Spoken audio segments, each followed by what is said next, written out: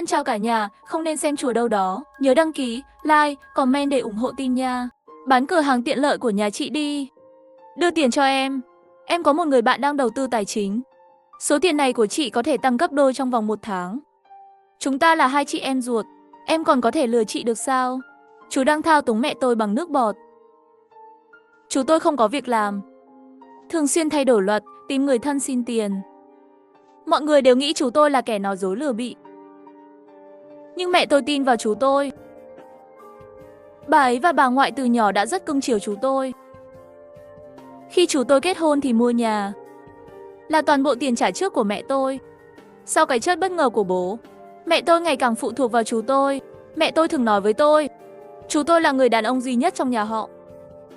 Sau này nhất định sẽ có tiền đồ.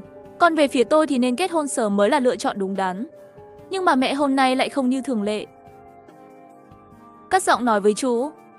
Mắt bà ấy cứ nhìn chằm chằm vào tiếng cửa sổ. Mắt trời bên ngoài cửa sổ có màu vàng sẫm. Một khoảng mưa núi sắp đến u ám. Cục Thời tiết sáng sớm đã phát hành thông tin cảnh báo màu vàng bụi cát. Các chuyên gia dự đoán, thời tiết bão cát mạnh sẽ kéo dài một thời gian dài. Mẹ nhìn đường phố khi cát bay đi.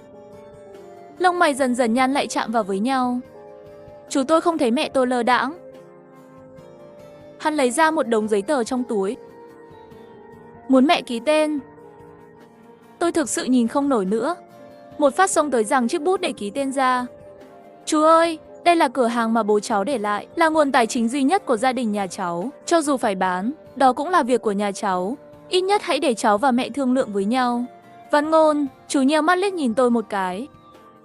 Nha đầu thối, cháu đây là có thái độ gì vậy? Bố cháu khi còn sống cũng không dám nói chuyện với chú như vậy. Hơn nữa, chú và mẹ đang nói chuyện. Đâu đến lượt, người ngoài như cháu trõ mồm vào. Ta thấy cháu nên kỷ luật lại bản thân. Nói xong, chú tôi vung tay hướng về phía tôi. Phủ đệ mà trong mắt mẹ tôi. Chú tôi làm gì cũng đúng. Sai luôn là người khác. Chú con đánh con cũng là vì muốn tốt cho con. Nhị Manh, con cũng có chỗ làm không đúng. Bố con chót rồi. Hai mẹ con chúng ta sau này đều phải dựa vào chú của con giúp đỡ. Con có thể hiểu chuyện chút được không? Nhưng lần này, những gì trong suy nghĩ lại không xảy ra. Mẹ tôi nắm lấy cổ tay chú tôi. Sắc mặt của bà ấy rất khó coi. Gần như gần giọng nói, Tôn Hữu Đức. Dựa vào cái gì mà em lại dạy con gái tôi? Đây là tài sản mà chồng tôi để lại. Không đến lượt em đến trõ mồm vào. Còn nữa tiền mà lần trước em vay bao giờ thì trả đây. Tôi lập tức đứng yên tại chỗ. Sự khác biệt nhìn về phía mẹ. Trong ký ức cho dù là lúc trước chú lấy trộm tiền chữa bệnh của bố tôi, đi tìm tương lai, mẹ tôi cũng không nói gì nặng nề với chú ấy. Hôm nay, mẹ tôi bị sao vậy? Chú tôi cũng không dám tin mở to mắt ra nhìn. Chị, chúng ta là người một nhà, có cần thiết phải tính toán rõ ràng như vậy không? Chị xem thời tiết quái quỷ ngoài kia, nói nghe không hay chút nào. Đến lúc đó chị bị làm sao? Không phải là phải lại tìm đến tôi giúp đỡ sao? Tôi là em trai chị đó, là người đàn ông duy nhất trong nhà họ Tôn chúng ta. Trước đây chú tôi nói câu này, mẹ tôi chắc chắn đã bị chú ta kiểm soát rồi. Nhưng hôm nay chú tôi vừa nói dứt câu, mẹ tôi như bị kích thích vậy. Trực tiếp xông về phía trước và tát vào mặt chú ta một cái. Tôn Hữu Đức, cái tên lòng lăng dạ thú nhà ngươi. Lúc đầu ta bị mẹ tẩy não rồi. Xem ra mày là con trai duy nhất của nhà họ Tôn. Mới mù quáng nuông chiều mày còn nhờ mày giúp đỡ. Khi anh rể mày bị bệnh nặng và không thể kiếm tiền, mày đã làm gì? Khi Nhị Manh cần tiền đi học, mày lại làm gì? Nói cho mày biết, cửa hàng nhỏ này là mạng sống của hai mẹ con chúng ta. Mày đừng mơ là có thể lừa nó khỏi tay ta. Chửi xong, mẹ liền tiến lên giật lại hợp đồng mua bán nhà trên bàn. Tiếng xé sạc sạc, xé thành từng mảnh. Mẹ tôi là một người tốt. Ngoại trừ bố tôi và tôi, bà ấy luôn rất ít khi nổi giận với người khác. Càng đừng nói là người em trai mà bà ấy yêu chiều nhất. Hôm nay mẹ tôi bị sao vậy? Chú tôi ôm lấy khuôn mặt sưng tấy liền nhanh chóng rời đi. Tôi cũng sợ. Không biết làm gì, đứng ở bên cạnh bàn. Người tức giận trước mắt khác với người mẹ mà tôi nhớ. Ngay lúc này, mẹ quay đầu nhìn tôi. Đột nhiên, bà ấy thu lại dáng vẻ tức giận vừa nãy, tiến tới ôm chầm lấy tôi. Nhị Manh trước đây đều là mẹ không tốt. Tin những lời nói dối của Tôn Hữu Đức rồi. Chỉ cần con và bố phàn nàn, con có thể tha thứ cho mẹ không? Mẹ đột nhiên như này là Không đợi tôi nói xong, mẹ tôi lại lo lắng nhìn ra ngoài cửa sổ. Cát vàng trên bầu trời, tầm nhìn bên ngoài chưa đến 5-10 mét. Bão cát ngày càng lớn. Nhị Manh cùng mẹ đi siêu thị được không? Mẹ muốn tích trữ gì đó. Mẹ tôi lại biến thành giọng nói nhẹ nhàng. Điều này khiến tôi rất bối rối, nhưng tôi mơ hồ cảm thấy có gì đó không ổn. Cho dù đó là trạng thái của mẹ, hay là báo cát ngoài cửa sổ. Mẹ tôi đưa tôi đến đó, là một chuỗi cửa hàng lớn ở trung tâm thành phố. Mẹ tôi luôn tiết kiệm. Bình thường mua đồ cơ bản đều ở chợ nhỏ. Đặc biệt thích đồ ăn thô sơ. Nhưng lần này, vừa bước vào cửa siêu thị, mẹ đổi tay và đẩy một giỏ hàng cỡ lớn. Mẹ ơi, mẹ muốn mua cái gì lớn sao? Hay là con đưa mẹ đi? Lời còn chưa nói xong, mẹ đã đi thẳng đến kệ đồ uống rồi. Mẹ tôi quen tiết kiệm rồi. Thường thấy tôi uống nước đóng chai, sẽ không nhịn được mà nói 2 câu. Tuy nhiên, hôm nay bà ấy lại một lúc chuyển 5 đến 6 hộp nước khoáng để vào trong giỏ hàng. Tôi ngơ ngác nhìn mẹ. Mẹ mua nhiều nước như vậy làm gì? Mẹ tôi dường như không nghe thấy câu hỏi của tôi. Người bán hàng trong siêu thị bị thu hút bởi giỏ hàng mà chúng tôi lấp đầy ngay lập tức. Thưa bà, siêu thị của chúng tôi cung cấp dịch vụ giao hàng. Tôi có thể ghi lại các loại trước. Có thể giao hàng đến nhà cô trong ngày. Trợ lý kho hàng thay đổi sắc mặt, giống như nhìn thấy thần tài. Tôi vừa định giải thích, không ngờ mẹ lại một miếng cứng rắn quyết định. Bà ấy chỉ vào đồ đầy ắp trên xe đầy nói, đến đúng lúc lắm. Nước thêm 30 hộp đồ uống, mỗi hộp 10 hộp. Hạn ngày tháng đều phải gần nhất, không thể là gần ngày. Tôi sợ hai kéo góc áo của mẹ tôi. Chúng ta mua nhiều nước và đồ uống như vậy làm gì? Đủ cho chúng ta 1 năm rồi. Mua hết về để ở đâu? Mẹ bận quay đầu giải thích. Hàng tồn kho trong cửa hàng của chúng tôi không còn nhiều nữa. Mua lại coi như là tích trữ hàng trước. Giá hàng rỗng có. Dọn dẹp lại một chút, chắc chắn sẽ xếp được. Nói xong câu này, mẹ tôi kéo người bán hàng đến quầy ngũ cốc và dầu bên cạnh. Gạo ngũ thường có gạo gà và gạo thơm. Mỗi cái đi kèm với 30 gói. Dầu đậu phộng, dầu ngô, chọn nhãn hiệu tốt nhất. Cho tôi một cái dao hàng 10 thùng. Mảnh bột mì chọn ngày mới nhất. Cũng là mỗi cái 20, nhân viên giao hàng nhanh chóng ghi chép bằng bút. Tôi lắng nghe những con số đáng kinh ngạc. Gan và lá lách của tôi đang run rẩy. Nhà tôi mở một cửa hàng tiện lợi ở phố Lâm. Nhưng cửa hàng của ai sẽ nhập hàng từ siêu thị? Mẹ là người đi chợ mua bắp cải. Tất cả đều muốn đánh người bị gãy xương. Bây giờ bán xỉ lỗ như vậy. Mẹ ơi, chuyện này bị điên rồi sao? Mẹ không nhận ra sự bất thường của mình. Trong nháy mắt bà ấy lại đi đến tủ lạnh để đồ đông lạnh. Còn tôi thích ăn đùi gà và ấu cánh. Loại đóng gói 5 cân này cho tôi 10 gói. Bánh cuộn thịt bò và thịt cừu mỗi loại 20 hộp, kết hợp với ban công bít tết cũng đến 2 hộp đầy đủ. Tôm nón, sò điệp, cá rồng, phi lê cá đen mỗi loại lấy 10 hộp. Mẹ vừa nói, một bên lại đến quầy thịt sống bên cạnh. Tôi nhanh chóng bước tới, mẹ. Hải sản đông lạnh này không dễ bán đâu, nhập vào nhiều như vậy chắc chắn sẽ bị lỗ vốn. Hơn nữa, 2 tủ đông trong cửa hàng căn bản không chứa được nhiều thứ như vậy. Nhưng sau khi mẹ nghe, nhưng lại cười ôm tôi. Đây đều là những thứ con thường thích ăn. Không bán được thì giữ lại ăn từ từ đi. Tủ đông không phải là vấn đề, lát nữa mẹ sẽ lên lầu đặt thêm vài cái nữa. Bà ấy giống như live search chim bán hàng, trong nháy mắt đã chụp được hàng chục đơn rồi. Mẹ tôi cuối cùng cũng dừng bước vội vã. Tôi đã nhìn ngốc rồi, nhưng lại nghe mẹ thì thầm. Cũng không biết mua những thứ này có đủ không? Nói đến đây, bà ấy đột nhiên quay đầu nhìn về phía tôi. Chỉ thấy mẹ trước mắt sáng lên. Nắm lấy vai tôi liền hỏi, Nhị Manh, ý mẹ là nếu sau này chúng ta không thể ra ngoài nữa, chỉ có thể ở trong cửa hàng cả ngày. Ngoài những cái vừa rồi, nhà chúng ta còn cần mua gì nữa không? Tôi nghe xong trong đầu toàn là dấu hỏi, im lặng một lúc. Ánh mắt của mẹ, nhưng nó dừng lại trên áo phông của tôi. Nhị Manh, trước đây không phải con nói muốn mua quần áo mới sao? Mẹ sẽ đưa con đi mua ngay bây giờ. Được không? Mẹ thường tiết kiệm. Chi phí hàng ngày của tôi cũng được kiểm soát chặt chẽ. Nhưng ngày này, bà ấy đã đưa tôi vào thương hiệu cao cấp. Nhị Manh có thích thương hiệu này không? Nhìn chiếc váy được cắt đẹp trước mắt, tôi dè dặt nuốt một ngụm nước bọt. Mẹ tôi nhìn tôi rồi ngừng nói, nhưng khóe miệng lại cười lên. Bà ấy gọi nhân viên cửa hàng, ngón tay chỉ vào một hàng móc treo quần áo tinh tế. Con gái của tôi thích quần áo của nhà bạn. Lấy một cái giống như vậy đi. Chúng tôi đều muốn. Tôi sợ quá. Nhưng căn bản không kéo được mẹ, Nhị Manh. Sau khi bố con mất, tôi đã đối xử với con quá tệ rồi, luôn áp đặt kỳ vọng của mình lên con. Thậm chí vì tên khốn đó của Tôn Hữu Đức, mẹ đã nghĩ đến việc gả con đi để đổi tiền sính lễ. Nhị Manh, coi như là cho mẹ một cơ hội bồi thường đi. Mẹ nhìn vào mắt tôi, trong giọng nói lại mang theo một tia cầu nguyện. Tuy nhiên, lời nói của mẹ lại bị một tiếng động bên ngoài cửa sổ cắt ngang. Chỉ thấy bảng quảng cáo nhỏ của siêu thị bị cắt của lên trời. Bầu trời dường như càng ngày càng u ám, được bao phủ bởi cát vàng. Bầu trời tràn ngập một màu đỏ sẫm kỳ lạ.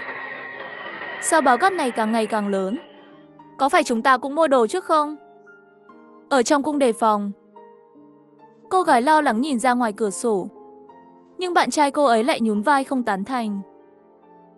Chỉ là gió thôi, nó có thể làm tê liệt thành phố. Không phải trên tin tức nói hết rồi sao? Đây là một trận bão cát quy mô lớn. Vài ngày nữa sẽ ổn thôi. Không cần phải tích trữ hàng. Tôi vô thức nhíu mày. Nhìn lên thấy mẹ đã thanh toán xong rồi. Đang giục siêu thị gửi đồ đến nhà tôi càng sớm càng tốt. Mẹ nhìn tôi một cái. Nhị Manh đừng sợ, bão cát là như vậy. Bây giờ là lúc gió nổi lên. Không thích hợp để đi ra ngoài, chờ cát gió nhỏ hơn một chút. Chúng ta sẽ quay về. Lời của mẹ của Nhiên thành sự thật. Một tiếng nữa, bão cát đã yếu hơn nhiều so với lúc trước. Chỉ là trong không khí có mùi đất vàng nồng nặc. Cảm giác như đang ở trong sa mạc. Tôi bị sặc và ho.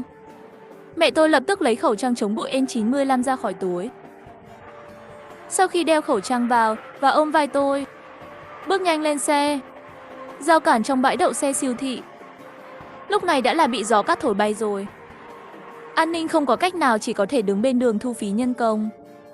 Mặc dù mang theo khẩu trang màu xanh, nhưng không thể cản được bão cát cứ đổ vào mũi và miệng. Tôi thấy bảo vệ rất khó chịu. Không nhịn được nhìn về phía mẹ ngồi ở ghế lái. Mẹ tôi là một người tốt bụng, nhưng đối mặt với tiểu ca bảo vệ như thế này, mẹ tôi nhìn thẳng về phía trước. Không có ý giúp gì cả. Hay là lời của tôi vừa nói rất câu. Nhị Manh hứa với mẹ, khi nguy hiểm đến, con chỉ cần chăm sóc bản thân con là được. Không ai đáng để con cứu. Kể cả mẹ cũng vậy. Đây là tình huống gì? Lúc này tiểu ca bảo vệ cuối cùng cũng tránh đường, ra hiệu cho chúng tôi có thể đi qua được rồi. Của Nhiên ở trong phòng khởi động xe. Tôi đột nhiên nhận thấy trên khẩu trang màu xanh của nhân viên bảo vệ đột nhiên xuất hiện một mảnh màu đỏ sẫm. Anh ta bị chảy máu mũi rồi hay là ho ra máu? Tôi muốn xem lại. Mẹ đạp chân ga. Chiếc xe chạy thẳng ra đường. Bão cát rõ ràng có xu hướng tăng cường. Nhưng trên đường phố vẫn còn rất nhiều anh em chuyển phát nhanh hoạt động. Tiếng ho nghẹt thở như ma, trộn lẫn trong gió của các tòa nhà, thỉnh thoảng còn xen kẽ với xe cứu thương sắc bén. Mẹ ơi, mẹ có nghĩ chúng ta cũng dự trữ trước không? Và khẩu trang không? Nếu bão cát này tiếp tục như thế này, chắc là nhiều người bị bệnh phổi. Mẹ cầm vô lăng, nhưng là run rẩy một chút. Tôi nhìn thấy nỗi sợ hãi trên khuôn mặt bà ấy. Trong điện thoại cũng xuất hiện báo cát. Thông tin cảnh báo màu cam. Mẹ đánh vô lăng, đi thẳng đến bệnh viện 3A gần nhất. Bác sĩ, thuốc kháng sinh, thuốc chống viêm và thuốc chống sốt. Mấy cái này có thể mở được bao nhiêu thì mở được bấy nhiêu. Mấy hộp. Điều trị viêm mũi và bệnh phổi đặc biệt cần mở nhiều hơn. Thuốc Tây và thuốc Trung Quốc đều được. Bác sĩ có chút buồn cười ngước mắt nhìn mẹ. Chị ơi, đây là một cơn bão cát bình thường. Mặc dù bây giờ nhìn vào lực lượng đe dọa, nhưng một vài cơn mưa nhân tạo sẽ là một ngày nắng. Không cần phải tích trữ nhiều thuốc như vậy. Bác sĩ dường như muốn dập tắt sự nhiệt tình tiết kiệm thuốc của mẹ. Nhưng mẹ tôi chỉ mỉm cười, không giải thích gì cả. Chẳng bao lâu nữa hai mẹ con chúng tôi sẽ mang theo những chiếc túi lớn, túi nhỏ rời khỏi bệnh viện. Mặc dù đóng cửa xe, nhưng trong xe vẫn còn rất nhiều bụi. Tôi hít một hơi thật sâu. Vị đắng trong miệng, mùi vị của đất. Lấy điện thoại ra xem một chút. Chỉ số ô nhiễm không khí thực sự đã phá vỡ 300. Đây đã là ô nhiễm nghiêm trọng rồi. Tôi thì thầm một câu. Làn sóng này cảm thấy tốt hơn so với khi có sương mù, chất lượng không khí còn kém. Trong suy nghĩ đó, xe đột nhiên quay đầu. Nhìn hướng là thẳng đến cửa hàng điện ở trung tâm thành phố. Mẹ mua hết rồi. Gần 10 máy lọc không khí. Không chỉ vậy, mẹ còn mua máy phát điện và đồ dùng sinh tồn ngoài trời. Nhìn vào một túi đồ lớn, tôi cảm thấy đầu mình to. Tôi đã chứng kiến hơn 10 vụ tai nạn giao thông trên đường đi. Cả thành phố chìm trong cát. Nó trở nên hỗn loạn hơn. Thời tiết này khi nào là đầu? Cảm giác mấy ngày nữa, mọi người đang phát điên. Tôi bất đắc dĩ phàn nàn một tiếng. Trong suy nghĩ suốt đường đi đều ở yên lặng suy nghĩ chuyện trong lòng mẹ. Đột nhiên nhận được. Nó chỉ mới bắt đầu. Sau này sẽ chỉ lộn xộn hơn. Tôi nghi ngờ nhìn qua mẹ. Bà ấy hình như biết trước thảm họa này cuối cùng sẽ như thế nào. Sau khi trở về tiểu khu, dừng xe đi. Tôi quay lại cửa hàng trước. Trong suy nghĩ, hôm qua chú nhỏ bị chửi. Vậy mà còn mặt dày đến cửa hàng. Chú nhỏ không thấy gì ngoài, cầm 2 túi nhựa khổng lồ. Vào cửa hàng lắc đi, và chú ta bắt đầu lật mọi thứ xuống từ kệ. Nhị Manh, thời tiết không tốt, việc khẩn cấp đều đóng cửa rồi. Nhà chú không tích trữ đồ ăn trước. Cửa hàng của cháu có rất nhiều hàng tồn kho. Chú ghé qua lấy chút. Lát nữa, cháu bảo mẹ cháu gửi một ít rau đến nhà chú. Nói như vậy, chú tôi đã đầy một túi rồi. Quay người lại liền muốn đi ra ngoài. Mẹ tôi vừa bước vào. 4 mắt nhìn nhau, ngay lập tức bà ấy đã hiểu chuyện gì đang xảy ra. Tiến lên chặn đường của chú tôi. Tôn Hữu Đức, chú mày đã trả tiền chưa? Chú cười té tét, cười ha hơ. Chị cũng biết cháu trai chị kén ăn, thích ăn đồ ăn vặt của nhà chị. Nó là huyết thống nhà họ Tôn của nhà chúng ta. Không sao đâu nếu chị bỏ qua cho em. Nhưng cũng không thể ủy khuất đứa trẻ. Vân Ngôn, mẹ cười lạnh một tiếng. Một phát liền đoạt lấy cái túi trong tay chú tôi. Đó là con trai mày, không phải con trai ta, nếu thành thực trả tiền. Hoặc là ra ngoài. Chú nhỏ biểu cảm vặn vẹo hừ một tiếng. Không đâu. Không phải là trước đây đã mượn chị mấy đồng tiền chưa trả sao? Có cần thiết không? Em nói cho chị biết, mẹ chúng ta đang nhìn từ trên trời. Chị đừng có mà. Lời đe dọa của chú chưa nói hết. Mẹ cũng là một cây chổi cầm lấy cửa. Cút đi, không trả lại tiền. Đến một lần, teo đánh mày một lần. Nhìn chú tôi bị đánh. Mặc dù tôi cảm thấy tốt, nhưng vẫn không thể tin được. Khi bố tôi còn sống, chú tôi lấy đồ ở cửa hàng tiện lợi nhà tôi, chưa từng trả cho một xu nào. Thỉnh thoảng còn nói những lời chế nhạo bố tôi là vô dụng. Tuổi trẻ, chỉ có thể sống trong một cửa hàng tồi tàn như vậy. Trong ý thức của chú tôi, đồ của nhà tôi là của nhà chú ấy. Hôm nay tuy nhiên có gì đó không ổn, nhưng bà ấy rất ngầu. Sau khi đuổi chú tôi đi một lần nữa, mẹ tôi liền sớm hạ cửa cuốn súng đóng cửa. Nhị Manh, con sắp xếp đồ đạc trên kệ đi. Đặt một cái máy linh hoạt hàng hóa lên một cái kệ. Mẹ sẽ tập trung xử lý một chút. Đây là chỗ cho hàng mới mua. Nhưng bà ấy trước đây cũng chưa bao giờ quan tâm đến việc kinh doanh của cửa hàng như vậy. Tôi đang tự hỏi. Mẹ tôi cũng cúi đầu lại bận rộn. Hàng tồn kho trong cửa hàng tiện lợi không còn nhiều. 1 tiếng nữa hai mẹ con chúng tôi sẽ phân loại xong. Mấy ngày nay mẹ giống như đánh máu gà vậy. Không cảm thấy mệt mỏi. Bên này vừa xong việc, bà ấy liền cầm điện thoại bấm cho. Hạn sử dụng gần nhất của các sản phẩm chụp ảnh. Tôi thắc mắc nhìn một cái. Phát hiện mẹ, vậy mà lại trực tiếp gửi những tấm ảnh đó đến nhóm của tiểu khu. Cửa hàng tiện lợi, thanh kho bán hàng. Tất cả hàng hóa trong cửa hàng đều được giảm giá. Người đến trước sẽ có trước. Thấy vậy tôi giật mình. Nhanh ngăn bà ấy lại. Mẹ, không phải chúng ta vừa nhập hàng sao? Sao lại đột nhiên bỏ cuộc? Còn những thứ đã mua trước đó thì sao? Mẹ nhìn tôi với vẻ mặt cầm tay tôi, sau đó đưa tay chạm vào đầu tôi.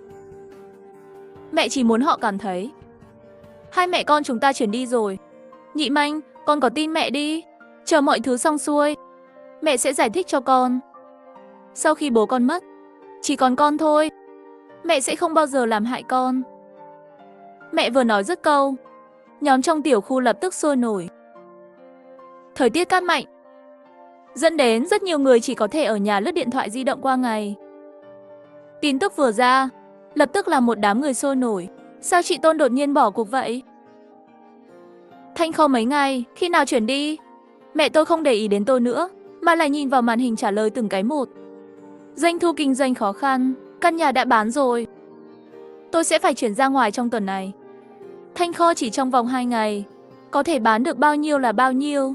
Trong quá trình mẹ trả lời tin nhắn, chú tôi cũng tham gia vui vẻ gửi tin nhắn riêng cho mẹ. Chị, có vẻ như chị đã suy nghĩ kỹ rồi, chờ chuyển cửa hàng rồi. Tiền trực tiếp đánh vào thẻ của em là được rồi. Đúng rồi, để lại cho em một ít đồ trong cửa hàng của cháu trai lớn của chị muốn ăn kem. Bảo Nhị Manh mang đến đây cho em có thể cho nó một ít tiền chạy việc. Mẹ nhìn xong sắc mặt thay đổi, không chút do dự, đã cho chú vào danh sách đen. Chỉ 1 ngày thôi, hầu hết đồ đạc trong cửa hàng đã được dọn sạch. Trạm thời tiết công bố thông tin cảnh báo bão cát. Bây giờ đã được nâng cấp lên cấp độ màu đỏ cao nhất. Hôm nay dọn hàng xong rồi, ngày kia chúng ta sẽ đi. Trong khi trên đường còn có thể thông xe. Mẹ tôi lặp lại câu này với mọi khách hàng. Khi đi đổ rác vào buổi sáng, tôi cảm thấy cát gió tinh mịn. Nó gầm thét như một con dao nhỏ. Càng nhìn càng cảm thấy nụ cười trên mặt mẹ có chút cứng ngắc. Một số mất hồn. Mẹ tôi cuối cùng cũng để ý đến tầm nhìn của tôi. Bà ấy sửng sốt, cười khổ hỏi, Nhị Manh, con có nghĩ mẹ bị điên không? Tôi không dám gật đầu, nhưng biểu cảm ngày càng vẫn phản bội tôi. Mẹ thấy, một tiếng thở dài. Cuối cùng cũng nói ra sự thật, hôm qua mẹ có một giấc mơ kỳ lạ. Trong mơ như bây giờ, thế giới bất ngờ bị bão cát khổng lồ. Thành phố sẽ sớm bị tê liệt. Mất nước, mất điện, người ta bị chết đói. Lúc này trên đường phố bên ngoài cửa sổ lại có truyền đến những âm thanh hỗn loạn. Một cái thùng rác bị gió mạnh cuốn lên trời, trực tiếp đập vỡ cửa sổ trên lầu. Mẹ cũng biết tôi hơi điên rồ khi nói như vậy. Mẹ đang ở ngoài cửa sổ. Vật nặng rơi xuống đất. Chậm rãi ôm lấy cánh tay, nhưng thật sự quá giống nhau. Mọi thứ đang xảy ra bây giờ quá giống với giấc mơ đó. Nói đến đây, trong ánh mắt bối rối của mẹ đột nhiên lóe lên một chút quyết định. Thảm họa thiên nhiên này còn khủng khiếp hơn con nghĩ. Nó sẽ tồn tại rất lâu. Nó sẽ khiến mọi người phát điên. Đến lúc đó con người sẽ không còn là con người nữa. Ngay cả những người hàng xóm thân thiện trong quá khứ. Mẹ đã sống được 1 tuổi rồi. Mẹ không sợ chết, nhưng mẹ không muốn con gặp chuyện gì. Mẹ không nói tiếp. Nhưng tôi vẫn hiểu. Trong giấc mơ của mẹ, tôi và mẹ cô đơn trong những ngày tận thế này. Căn bản là không chịu được lâu. Nhưng tôi vẫn không thể hiểu được sự căng thẳng của mẹ. Đó chỉ là một giấc mơ. Có cần thiết phải coi trọng nó không? Lần này chúng ta phải sống sót. Khi nói những lời này, trong giọng nói của mẹ có một sự kiên định chưa từng có. Sáng hôm sau, tôi tỉnh lại là bị một trận âm thanh chuyển động của vật nặng buồn tẻ. Quay lại nhìn, mới phát hiện ra mẹ di chuyển cái tủ gỗ nặng nề đó đi.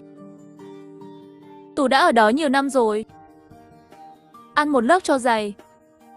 Lúc này mẹ di chuyển tủ sang một bên, để lộ một cánh cửa bí mật phía sau tủ. Tôi biết cánh cửa này từ khi còn bé. Phía sau cánh cửa là một tầng hầm. Đó là phòng làm việc của bố tôi. Bên trong đầy quần áo của bố, nếu bắt kịp khi số lượng hàng vào cửa hàng lớn. Tầng hầm này, nó cũng có thể hoạt động như một kho hàng nhỏ tạm thời. Nhưng kể từ khi cha tôi mất, mẹ tôi đã phong tỏa hoàn toàn tầng hầm. Dưới tầng hầm, vẫn giữ tất cả các loại công cụ mà bố tôi đã sử dụng khi còn sống. Âm thanh của đá bên cạnh chai nguyên liệu thô không ngừng nghe thấy. Mẹ tôi lại đem tất cả đồ lặt vặt trong tầng hầm. Tất cả được đóng gói và bỏ vào túi rác. Tôi thực sự bị hành động điên rồ của bà ấy dọa sợ rồi. Nắm lấy cánh tay của bà ấy, khẩn trương khuyên, mẹ đây là đang làm gì vậy? Không phải mẹ nói, đây là suy nghĩ cuối cùng mà bố để lại cho chúng ta sao? Mẹ định lấy mấy thứ này ở đâu? Mẹ nhìn lại tôi.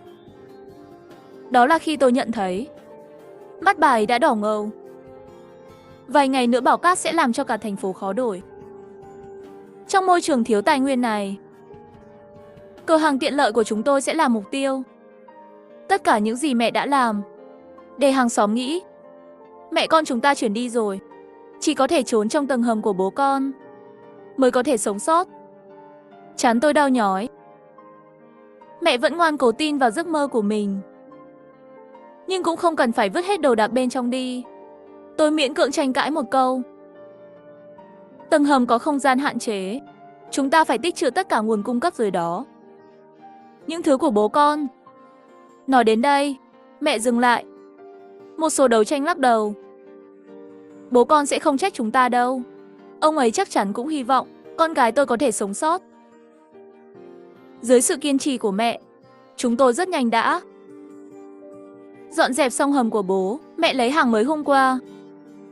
Tất cả được chuyển xuống hầm. Báo cát ngày càng mạnh. Chỉ số ông Nhiễm trên điện thoại đã lên đến 500. 500 chính là đỉnh cao nhất của ông Nhiễm không khí. Trời tối, báo cát ngày càng to, thành phố càng lớn thì càng bị tê liệt. Địa phương đã thông báo ngừng hoạt động, ngừng học. Chỉ có vài chiếc xe cá nhân khác vẫn lái xe trên đường trống gió. Nhìn cảnh tượng ngày tận thế bên ngoài ngôi nhà, tôi càng ngày càng cảm thấy mẹ tôi đã đưa ra quyết định đúng đắn. Cửa đóng. Hàng xóm xung quanh cũng nghĩ chúng tôi đã chuyển đi rồi. Mẹ tôi và tôi đang bận rộn trong cửa hàng. Suy nghĩ, cửa cuốn lại bị người ta đập vào lúc này. Mẹ cau mày. Bà ấy vừa nhanh chóng đẩy tủ về vị trí cũ. Một bên nói chuyện với tôi, Nhị Manh. Bây giờ chúng ta tuyệt đối không thể để hàng xóm phát hiện, cho dù đó là chuyện tích trữ hàng hay là tầng hầm này. Một chữ cũng không thể nói ra. Con phải nhớ, khi thảm họa xảy ra, con người còn đáng sợ hơn cả ma. Mẹ vỗ vai tôi. Lúc này mới điều chỉnh lại vẻ mặt đi mở cửa. Mặc dù tôi không tin vào giấc mơ của mẹ, nhưng nhìn vẻ mặt căng thẳng của bà ấy, tôi vẫn không tự giác nổi da gà khắp người. Ai biết ngoài cửa đợi lại là người chú âm hồn bất tán của tôi. Mẹ tôi thấy đó là chú ta, đổi tay chỉ muốn hạ cửa cuốn xuống. Không ngờ bị chú giơ tay ngăn lại. Lần này chú tôi không còn cười nữa. Trên mặt thậm chí còn có một chút vết sẹo. Mấy ngày nay chị điên cái gì vậy? Con kéo tôi đen rồi. Sao chị không nói lời chào mà chị định chuyển đi? Còn nữa, cô hàng chị chuyển nhượng cho ai rồi? Có phải chị nghĩ chuyển đi là có thể thoát khỏi tôi không? Mẹ tôi lạnh lùng nhìn hắn. Trong tay không tự giác cầm một con dao làm đẹp. Tôi chuyển đi đâu không liên quan gì đến mày. Chỗ này không hoan nghênh mày. Ánh mắt của chú tôi trôi đi giữa tôi và mẹ tôi. Đột nhiên nhìn chằm chằm vào tôi. Trên mặt lộ ra một nụ cười không tốt. Tôi hiểu rồi, có phải Nhị Manh đã có bạn trai nào giàu có ở bên ngoài phải không? Người làm mẹ như chị bất chấp tốn kém, làm của hồi môn cho con bé. Người mà tôi đã giới thiệu với con bé trước đó, không phải nó không thích sao? Sao lần này lại gấp gáp tìm nam nhân rồi? Là biết bản thân mình đợi nữa thì sẽ không gả đi được đúng không? Mày câm mồm vào. Ôi nghe tới nỗi có đỏ mặt. Giận dữ trong lòng. Đối tượng trước đây mà, chú ta giới thiệu cho tôi là một người đàn ông giàu mỡ độc thân 40 tuổi. Tôi vẫn không thể quên cách con lợn béo hói nhìn tôi. Lúc này chú tôi nhắc đến chuyện này, rõ ràng là muốn làm nhục tôi. Nhưng mẹ tôi phản ứng nhanh hơn tôi. Mắt bà ấy trao lại, giơ dao làm đẹp lên trực tiếp nhắm vào chú tôi. Tôn Hữu Đức, nghe đây. Có tôi ở đây, đừng muốn bắt nạt Nhị Manh. Lại dám nói một lời xấu về con gái tôi sẽ rớt mài ngay bây giờ. Chú không ngờ, mẹ tôi là một người trung thực. Vậy mà dám động đao. Chú ta bị dọa sợ, nước tiểu mông chảy ra khỏi cửa hàng. Vừa chạy vừa nói chuyện ác ý Tôn Huệ Vân. Đến tìm chị là vì coi trọng chị. Mẹ nhà chị cứ muốn làm mọi chuyện đi tới cuối đúng không? Tôi nói cho chị biết, tiền vay tôi sẽ không trả lại cho chị một xu nào. Đến lúc đó hai mẹ con cần tiền. Đừng quỳ xuống cầu xin tôi. Mẹ nhìn khuôn mặt của chú, bỗng nhiên bật cười. Chờ con trai mày thở đều ho ra máu. Khi không muốn cứu, đừng quên câu nói đó. Đến lúc đó cho dù ngươi muốn cầu xin ta, tôi cũng đã chuyển đi rồi. Chú tôi nghe không hiểu sao. Sau đó lái xe đi. Sau khi thoát khỏi sự vướng mắc của chú tôi, trời cũng dần tối dần. Mẹ tôi và tôi tận dụng thời điểm báo cát ngừng cháy, ngồi lại chuyển hành lý lên xe, đưa xe ra khỏi khu vực, lén về trong khi trời tối. Đêm đó báo cát rất kinh khủng. Chúng tôi trốn trong tầng hầm. Tôi có thể nghe thấy tiếng gió hú. Nhưng vẻ mặt của mẹ, nó thư giãn hơn nhiều so với những ngày trước. Vào những lúc như thế này, một tầng hầm đầy đồ tiếp tế không chỉ không khiến người ta cảm thấy hỗn loạn và đông đúc, ngược lại, nó mang lại cho mọi người một loại yên tâm không thể giải thích được, có lẽ là do tinh thần phấn chấn. Gần nửa đêm, mẹ tôi và tôi không buồn ngủ. Tôi đã lướt phần mới nhất của báo cát từ điện thoại di động. Tình hình, những thành phố ở phía Bắc giờ đã hoàn toàn sụp đổ. Hoảng sợ như virus, nhanh chóng lan truyền theo mạng lưới. Xem video kinh dị trên phương tiện truyền thông. Cuối cùng tôi đã tin vào giấc mơ của mẹ. Tại sao mẹ mua nhiều camera như vậy, cho dù cài đặt cho nhà chúng tôi ở mọi hướng, cũng không dùng được mấy chục cái. Sau một lời nhắc nhở như vậy, mẹ tôi chợt nhớ ra. Nói là tôi gần như quên mất. Tận dụng bóng đêm, hai chúng ta nhanh chóng lắp camera vào tòa nhà đơn vị. Mấy ngày này rất ít người ra ngoài. Về cơ bản là ở nhà. Cẩn thận ngụy trang một chút, sẽ không bị phát hiện. Trong đám mây tôi nghe thấy, đưa tay gãi đầu. Mẹ nhìn thấy vậy liền dùng kiên nhẫn giải thích nó lối vào hành lang, mái nhà và mỗi tầng cầu thang, cài đặt mỗi cái 2 camera. Bằng cách này, chúng ta có thể chuyển xuống lòng đất, cũng có thể biết tình hình trong cộng đồng mọi lúc. Nhìn vẻ mặt nghiêm túc của mẹ, trong lòng tôi không có lý do gì. Mẹ, có chuyện gì xảy ra trong tòa nhà không? Những người sống xung quanh, tất cả đều là những ông bà lớn tuổi. Chúng ta đặt camera giám sát nhìn chằm chằm bọn họ làm gì? Mẹ tôi thở dài, lắc đầu nói, Nhị Manh, đừng đánh giá thấp bất cứ ai. Để sống, con người có thể tàn nhẫn hơn mình tưởng gấp trăm lần. Mẹ có linh cảm, sau ngày mai mọi thứ sẽ thay đổi. Lời tiên tri của mẹ cuối cùng đã thành sự thật. Bão cát không lắng xuống theo thời gian. Ngược lại, tôi và mẹ đêm lắp đặt xong camera trong đêm hôm đó. Độ sắc bén của báo cát đột nhiên tăng lên cấp 10. Gió mạnh thổi tới, xé nát cả con phố với động lực đẩy và kéo. Cột điện, cây cối, mục tiêu và tất cả những thứ cô đơn, tất cả đều bị thổi bay. Xe riêng đậu trên đường, lúc này cũng bị gió thổi đâm vào những thứ xung quanh. Tiếng còi xe nhỏ giọt, gần như từ sáng đến tối.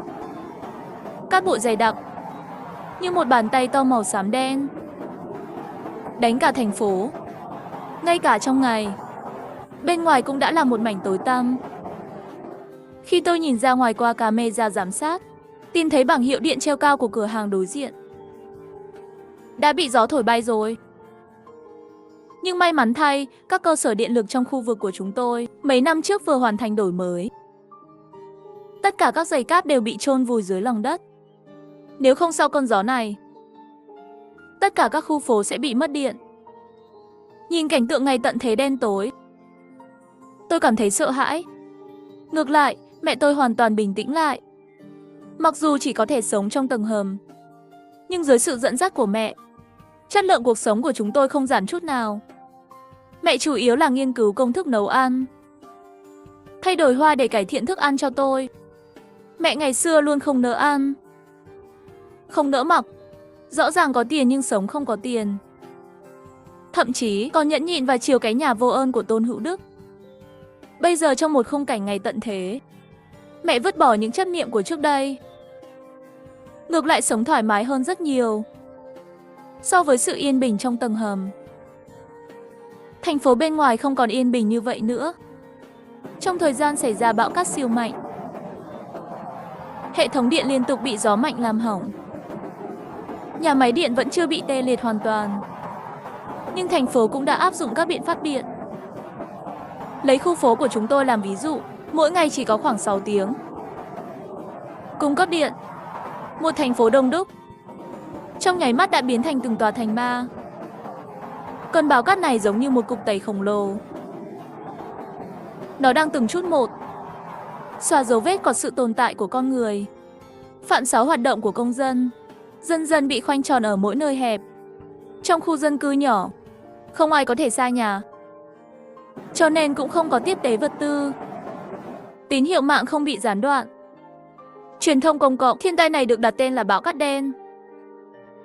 Cát trên thế giới giống như điên, bây giờ như hủy thiên diệt địa vậy, hướng tới các khu vực có nhiều hoạt động của con người. Số người mất tích tăng theo cấp số nhân. Hôm nay vẫn còn đăng video, ngày mai có thể đã chết ở nhà rồi. Mọi người đều hiểu, không dám thống kê những con số vô dụng đó nữa. Giới thượng lưu thường xuyên kêu gọi người dân giữ bình tĩnh, nghiêm cấm ra ngoài, cho thảm họa kết thúc. Nhưng ngày qua ngày bão cát, không thể nhìn thấy kết thúc. Theo thời gian, nhiều người đã xuất hiện tình trạng thiếu hụt nghiêm trọng vật tư. Trong tiểu khu của chúng tôi, mỗi ngày đều có thể trải được một số tin nhắn giúp đỡ của gia đình. Nhiều người bắt đầu bị đói. Mong muốn sống sót buộc mọi người ra ngoài tìm kiếm vật tư. Nhưng thành phố bị tàn sát, giống như một con quái vật biết ăn thịt người. Bất cứ ai cố gắng bước ra đường, không thể đảm bảo về nhà an toàn. Sự sắc bén của bão cát đen đã tăng vọt lên cơn bão cấp 12. Có người vừa ra khỏi hành lang, bị gió mạnh thổi cuốn bay lên trời. Một số bị vật rơi ở độ cao lớn đè chớt. Nhưng đó không phải là điều tồi tệ nhất. Điều đáng sợ là con người hít phải rất nhiều bụi trong một thời gian dài, gây ra một loạt các bệnh về đường hô hấp. Đầu tiên ngã xuống là người già yếu. Nhưng dần dần, rất nhiều người trẻ tuổi cũng liên tục mắc bệnh phổi. Bệnh viện đã đóng cửa từ lâu. Người ốm chỉ có thể cầu nguyện trong tay, thuốc dự trữ có thể cứu mạng mình. Trong tiểu khu của chúng tôi chỉ trong tuần này, chỉ vì bệnh phổi mà khoa học đã chết hơn 10 người. Lúc đầu, tôi thường xuyên cập nhật tin tức mỗi ngày. Có thể đợi đến khi bệnh phổi nhanh chóng lan rộng trong thành phố, tôi cũng bắt đầu không dám nhìn điện thoại nữa. Tất cả các nền tảng xã hội đều là tất cả các loại kêu cứu. Chỉ là quan sát, tất cả những người xem đều cảm thấy khó chịu. Chỉ có mẹ vẫn đang tiếp tục theo dõi thông tin bên ngoài và kiên trì so sánh tình hình. Nhị Manh, chúng ta cần biết tình hình nạn nhân ở khắp mọi nơi. Không thể hoàn toàn ngắt kết nối với thế giới bên ngoài. Nếu có chuyện gì xảy ra, thậm chí không có sự chuẩn bị. Mẹ tôi không phải là người mạnh mẽ, nhưng trong thời điểm đặc biệt này, bà ấy kiên nhẫn hơn bao giờ hết. Nếu không phải mẹ trước đây nhìn một loạt các hành động điên rồ, tôi sợ tôi không thể sống sót qua tập 3. Mẹ tôi luôn theo dõi, chuyển động trên phương tiện truyền thông xã hội, đặc biệt là chủ sở hữu bất động sản trong tiểu khu của chúng tôi. Khi cơn bão bên ngoài ngày càng mạnh hơn, tin tức các tòa nhà bị hư hại khắp thành phố. Khu phố của chúng tôi không tính là tòa nhà mới xây. Khi các chủ sở hữu nghe có một ngôi nhà bị sập trong cùng khu nhà, khi cầu thang bị nứt, cả nhóm hoảng loạn. Tòa nhà số 3 nằm trên cửa gió. Cửa chống trộm ở hành lang đều bị thổi bay. Người thuê tiệm rửa xe bị hư hỏng nặng, hầu như không có một vài mảnh kính hoàn chỉnh. Nếu tiếp tục bị mắc kẹt bên trong, có thể một ngày nào đó sẽ xảy ra chuyện lớn. Trong nhóm, đối với tình hình của tòa nhà đơn vị của chúng tôi, thảo luận, dịch vụ nhà đang cân bằng, đề nghị tất cả cư dân của tòa nhà số 3 chống bão cát chuyển khẩn cấp đến trung tâm hoạt động dành cho người già ở giữa tiểu khu. Sau khi mẹ tôi biết tin này, lập tức đăng ký một tín hiệu 6 mô mới, thêm vào nhóm tài sản, kêu gọi các chủ sở hữu đừng bao giờ chuyển đi. Chuyển nhà vào tình trạng này rất nguy hiểm. Hơn nữa, trung tâm hoạt động dành cho người cao tuổi không nhất thiết phải an toàn. Chỉ là mẹ vừa gửi xong tin nhắn thôi, đã bị vô số người chất vấn và chửi bới. Dịch vụ nhà mau kiểm tra xem người này là ai, sao lại nói như vậy? Ngôi nhà sắp bị thổi đi rồi, còn bảo chúng ta tiếp tục ở. Có chuyện xảy ra, bạn chịu trách nhiệm. Nhà ai có thức ăn thừa?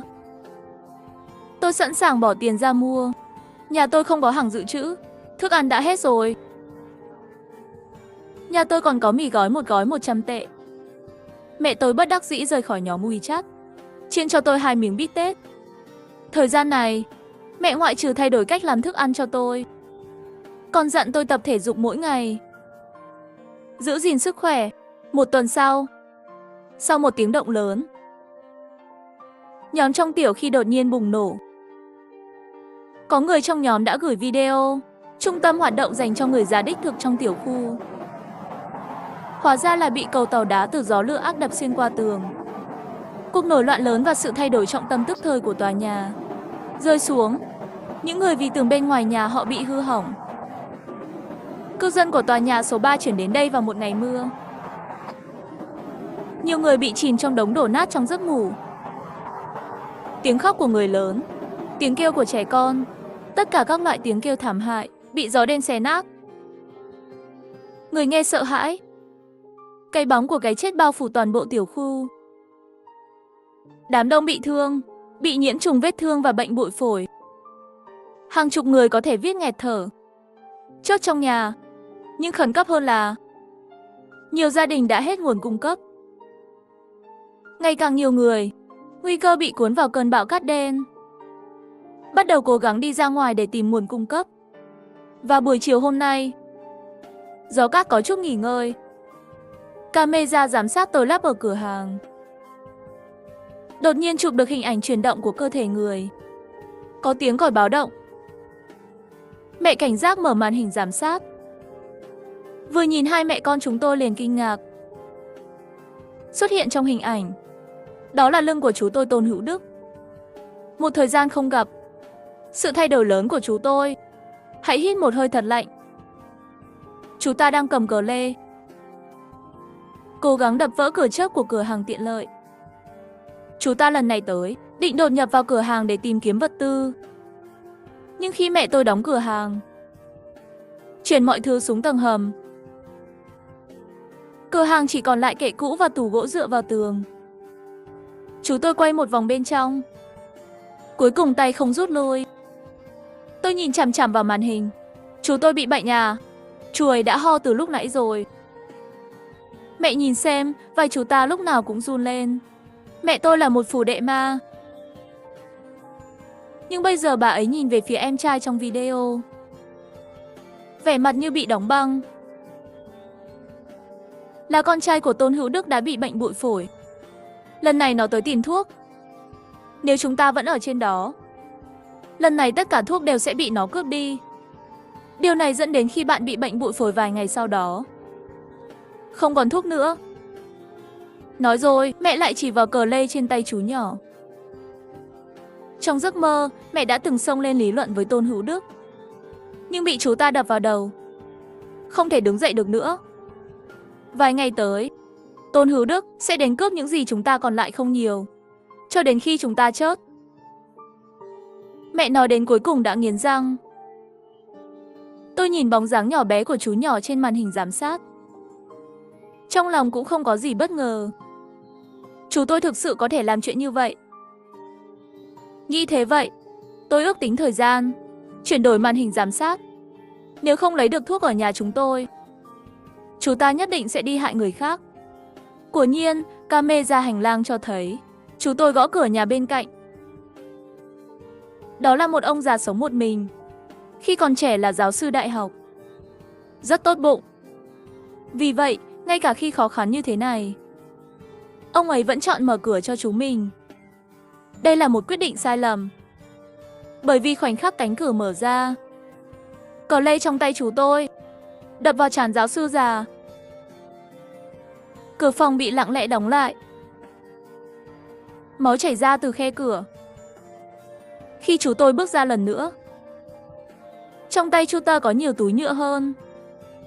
Bên trong chứa đầy vật tư.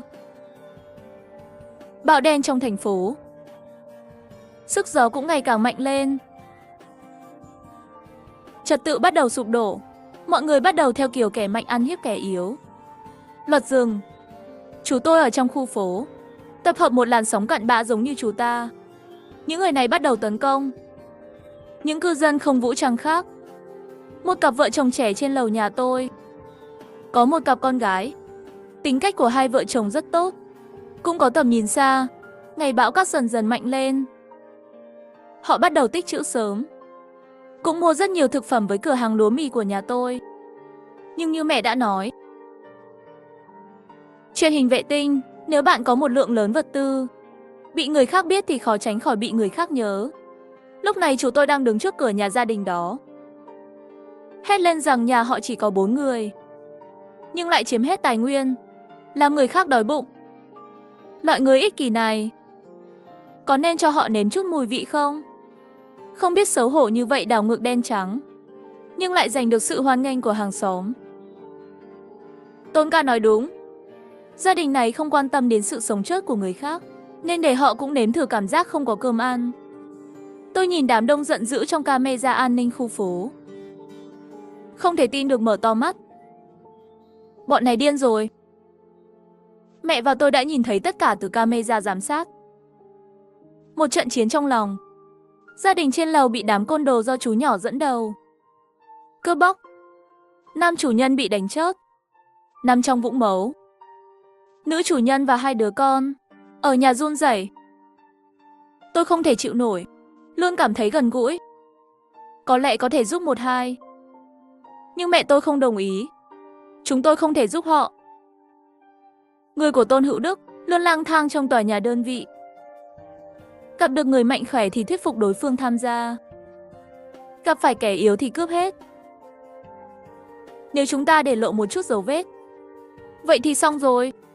Mẹ nói đúng. Tòa nhà đơn vị, hầu như tất cả đều bị bọn côn đồ do chú tôi dẫn đầu cướp sạch.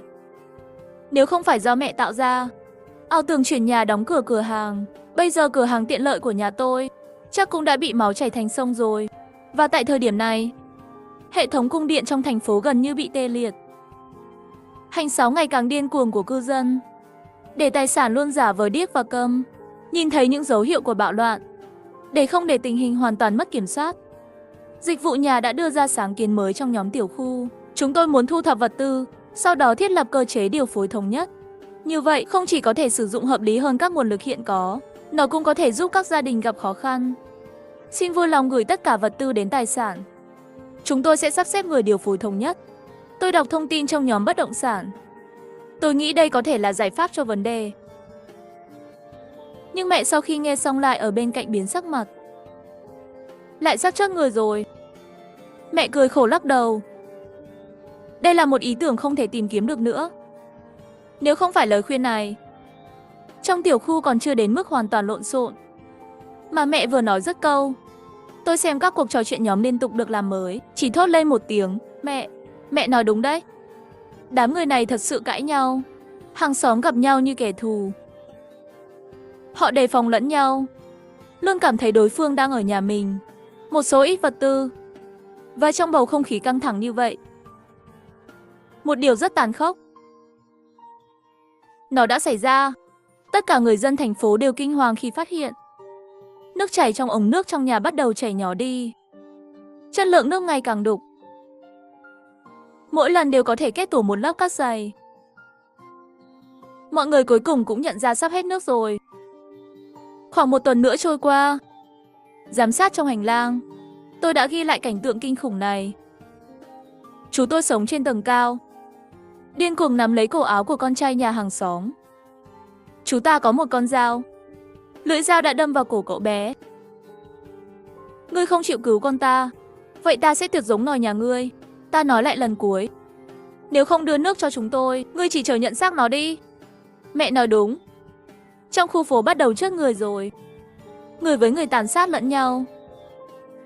Tàn nhẫn hơn bệnh tật. Mẹ thấy tôi có chút sợ hãi. Thương hại vỗ nhẹ vào lưng tôi. Đừng sợ, có mẹ ở đây. Mẹ sẽ giúp con vượt qua. Trong bầu không khí như thế này, lời nói của mẹ ít nhiều đã xoa dịu tôi. Đột nhiên mẹ tôi hét lên. Tôi chắc chắn sẽ nhìn kỹ màn hình giám sát. Một mảnh kính lớn đập trúng cửa hàng nhà tôi. Mảnh vỡ kính bị gió mạnh đánh ló mắt một cuộn, cuốn vào không khí một lần nữa. Tôi vô thức quay đầu nhìn về phía tốc độ gió. Không biết khi nào, tốc độ gió bên ngoài đã tăng lên cấp 14 rồi. May mà chúng ta trốn trong tầng hầm, mới thoát được một kiếp. Nhưng ngay khi tôi thở một hơi, nhưng lại thấy mẹ vô thức nhíu mày. Kể từ khi thảm họa xảy ra, bà ấy luôn cư xử tốt. Nhưng lần này, trong mắt mẹ tôi có chút lo lắng. Lát nữa nhà sẽ có điện. Nhớ sạc đầy tất cả các thiết bị có thể sạc. Sau đêm nay, chúng ta phải dựa vào máy phát điện. Sau đêm nay, cả thành phố sẽ chết lặng. Không chỉ là mất nước, điện cũng sẽ bị cắt hoàn toàn. Mẹ nói rất chắc chắn, nhưng tôi lại nghe thấy vẻ mặt mờ mịt. Mấy ngày nay, chúng tôi thực sự cũng đã theo dõi tin tức. Hệ thống điện vừa được công bố sáng nay, nói rằng việc sửa chữa ban đầu của nhà máy điện đã hoàn tất. Theo tiến độ hiện tại, hy vọng sẽ tăng nguồn cung cấp điện thêm 1 giờ mỗi ngày. Số công khai chính thức vẫn là một tiếng cười.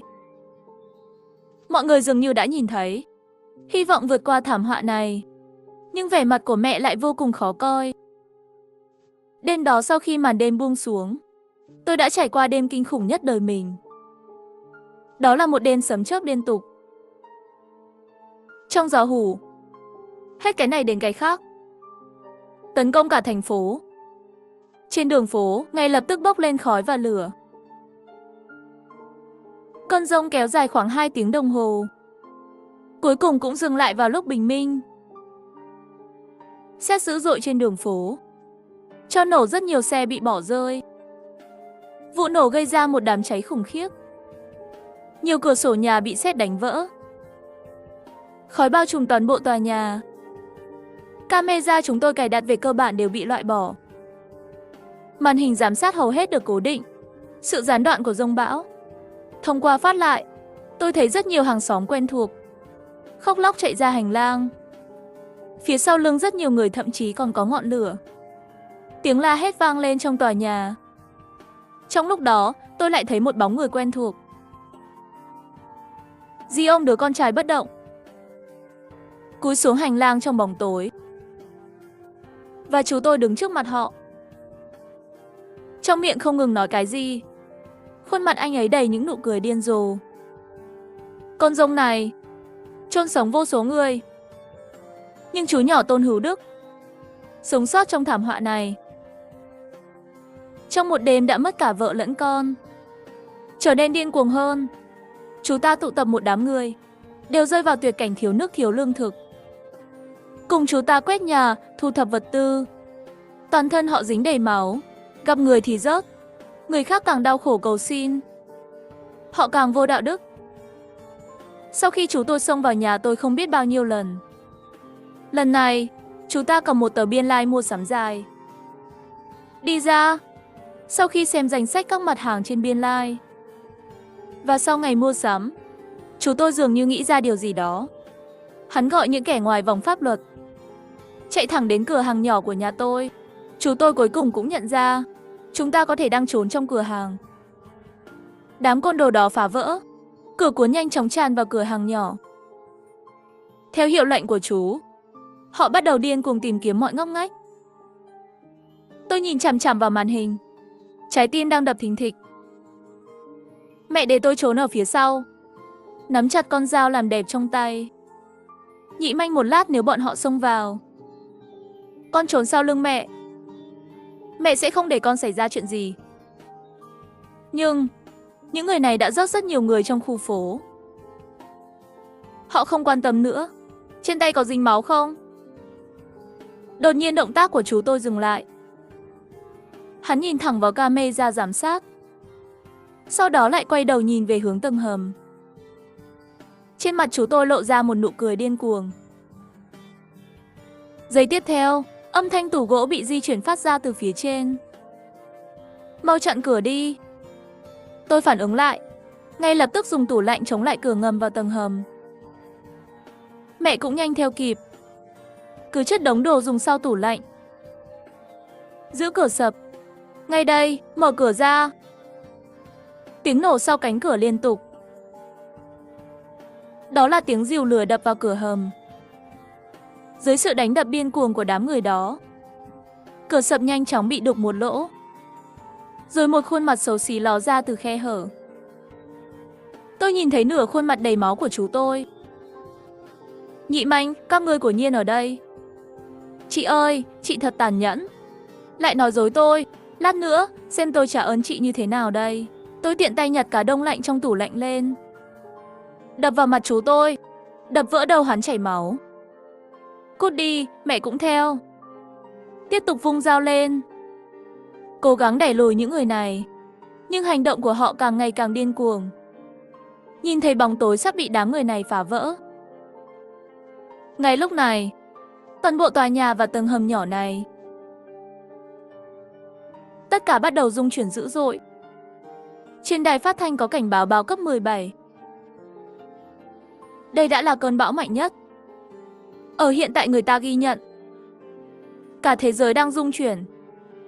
Bên ngoài cửa hàng, tất cả kính đều bị gió mạnh đập vỡ. Gió hú dọc theo khe hở của những đường tối, đổ rất nhiều cát vào tầng hầm. Không ai thấy cảnh này. Ngay cả những kẻ ngoài vòng pháp luật cũng sợ. Một giây trước còn hung dữ, phát điên chạy về nhà. Sợ là chạy lại, chỉ nghe thấy một tiếng hét của hắn liền biến mất. Trong màn hình giám sát, có thể nhìn thấy chú tôi bị đè chết bởi cánh cổng của tiểu khu. Máu đỏ thẫm, cùng với gió cát bị cuốn vào gió.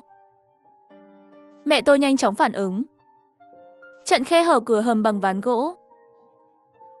Rất không dễ dàng ngăn chặn cát gió, nhưng động tĩnh trên đó vẫn không hề giảm bớt. Camera giám sát duy nhất còn lại trên màn hình nhắm mục tiêu các tòa nhà đơn vị khác trong khu vực. Ở đó, một cột gió đen xám khổng lồ đang mọc lên. Chỉ là một chút công phu, tòa nhà phía trước đã bị cột gió nuốt chửng. Khoảnh khắc hút sụp đổ. Đây là lốc xoáy. Giọng tôi run lên vì sợ hãi. Cột gió của cơn lốc xoáy bất ngờ xuất hiện. Giây tiếp theo là một động lực hủy diệt, nhanh chóng hướng về bốn phía. Các tòa nhà cao tầng trong tiểu khu trước lốc xoáy khủng khiếp này, giống như quân cờ domino. Từng tòa nhà một, từng tòa nhà đổ xuống hai bên. Chỉ trong nháy mắt thôi. Đóng cửa đã là trung tâm binh sĩ quét thành một khoảng trống. Phần còn lại của tòa nhà hư hỏng. Cùng một lúc những mảnh cốt thép bị cuốn lên trời. Giờ phút này, tôi cảm thấy não mình trống rỗng. Chỉ cảm thấy mẹ đột nhiên ôm tôi nằm xuống. Tốc độ của những cơn lốc xoáy này thật đáng kinh ngạc. Tốc độ mỗi giây của cơn lốc xoáy khiến người ta đã đến chỗ chúng tôi. Tiếng gầm của các tòa nhà sụp đổ thổi vào tai như tiếng hổ gầm. Trong bóng tối, chúng tôi không thấy gì cả. Nhưng tôi có thể cảm nhận được mọi hướng của tầng hầm. Tất cả đều giống như liều mạng để rung lắc. Mọi thứ đang rung chuyển dữ dội. Trong hỗn loạn tôi đột nhiên cảm thấy trước mắt sáng lên. Đột nhiên ngẩng đầu lên, lúc này mới phát hiện tầng hầm trên cùng đã bị gió xé thành từng mảnh. May mắn thay, vị trí của nhà Tô đi lệch hướng về phía trước của cơn lốc xoáy. Chúng ta chỉ bị gió mạnh quét qua bên ngoài tòa nhà gió. Vì vậy, sau làn sóng tác động mạnh đầu tiên, tốc độ gió giảm mạnh.